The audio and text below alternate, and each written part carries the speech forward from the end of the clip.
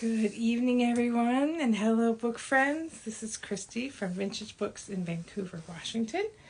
We are here to talk about books and shiny things tonight, and possibly cats if I get ambushed, but we'll see. Tonight, we are continuing in our discussion of categories in the 2024 Reading Challenge. Tonight we're going to talk a little bit about reading fiction in a genre that you don't normally read in. Some people read all kinds of books from all kinds of genres, but there are a lot of people out there that like a specific genre and stick to that pretty much for all their reading, which absolutely is completely fine. The only thing the Reading Challenge is trying to do a little bit this year is push us all out of our comfort zones at some point along the reading list, because some of the categories won't, because you're already reading in that. But the idea is just to kind of give us a little kick to read something a little bit different. So we got to talking at the store today about, how would we introduce someone to a new genre if it wasn't something that they normally read. So what we decided to do was pick up books that kind of have a bridge, where they might have some similarities with a genre that you might be familiar with, but then they push into a genre that you might not be as familiar with. So I've got my stack of book cover printouts and also actually a couple of books so that I can share some ideas with you. The first idea that I had was that if you like, hopefully this is going to show, because I'm got the camera turned away from me so that it will all be straight, but that all means that I can't see what I'm doing. So hopefully you can see this. These two books, one is Ghost Pirate Gambit by Jessie Kwak, and the other is The Kuiper Belt Job by David D. Levine, both of whom have been on our Vintage Books Live in the past. So if you want to go catch those interviews, you can check out our YouTube. Both of these, I think, would be really good for people who maybe they read thrillers or mystery or heist novels. If you like Ocean's 11, those kinds of trying to, make out with the big, oh God, the word just escaped me, but, making off with the big haul, or trying to, steal something, or there's some adventure going on. These are a good way to jump into sci-fi if you haven't done that before, because they are essentially heists in space. They're very quick moving. The characters are great. They're funny. They have great dialogue. And so if that's something that you enjoy, but you've not read sci-fi before, these would be a good way to get your feet dipped into that genre. Another book that I thought of when we were having our discussion is one that I really love, called Assistant to the Villain. If you like romance but you've never read fantasy, this is a good one for that. It's got a slow burn romance, but there's also severed heads and magic and a frog that holds up signs to communicate. So it's funny, it's got good banter, but it's also got that fantasy element. I think they're calling this genre romantasy now, so because it's so popular. But if you've not tried any of the books, this would be a fun way to jump into that side. If you really like literature, particularly 19th century poetry, you may have read Robert Browning's poem My Last Duchess, which is what this book is based on. It's The Marriage Portrait by Maggie O'Farrell. It is basically taking that poem and imagining what that woman's story would have been before she met her inevitable demise. So it's a little depressing because you kind of know what's going to happen.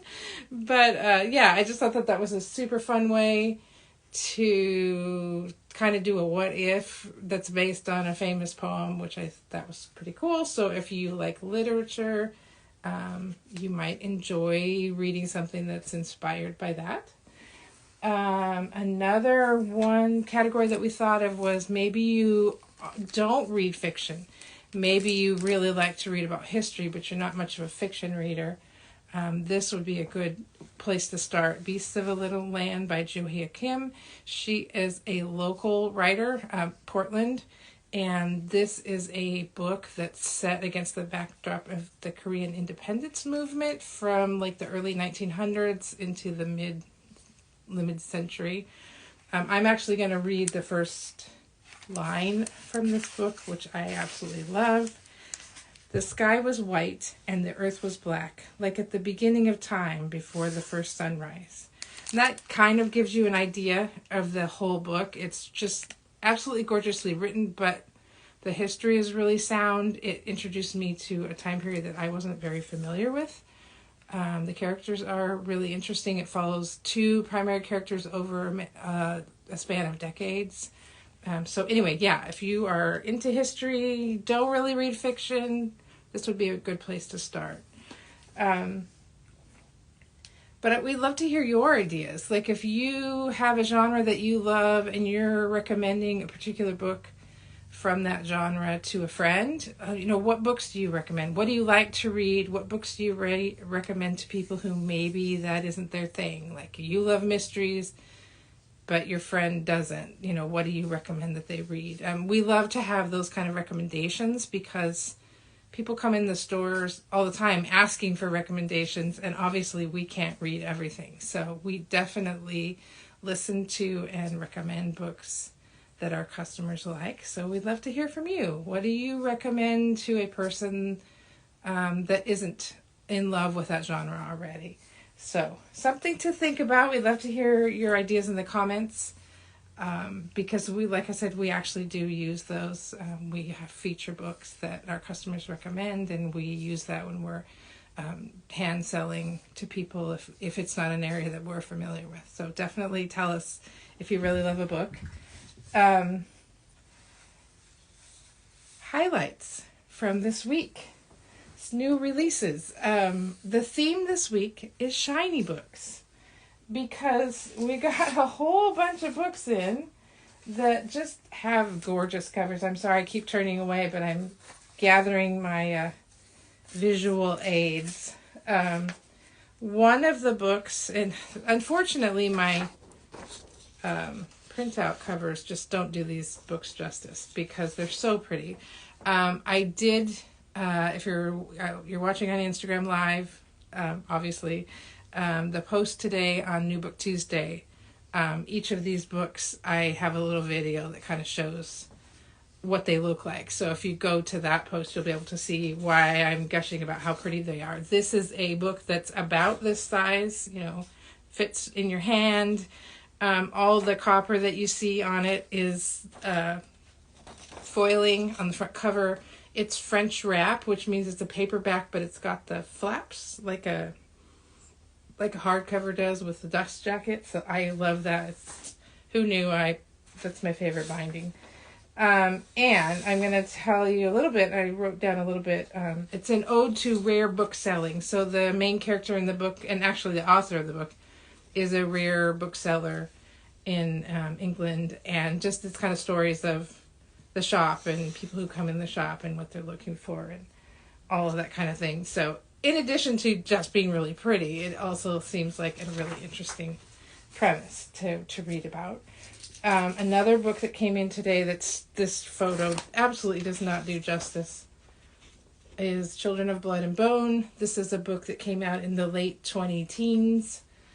And they are reissuing it as a sturdy paperback, let's say.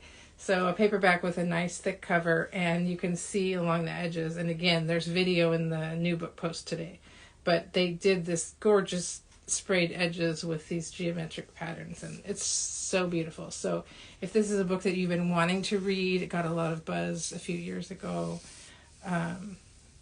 and you want a copy that's pretty but maybe not as expensive as a hardcover, this is a great place to start.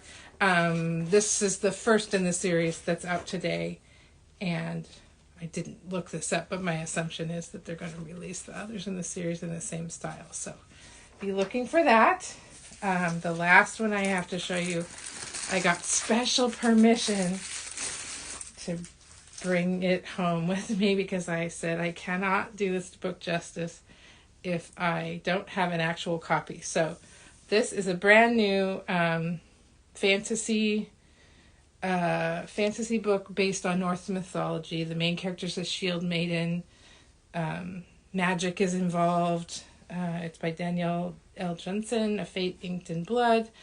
The cover is really, really, really thick paper, much thicker than normal. I don't know if you can see that at all, but there's got embossing, and there's a impression stamp on the front cover, and it's got this beautiful foiling on the edges.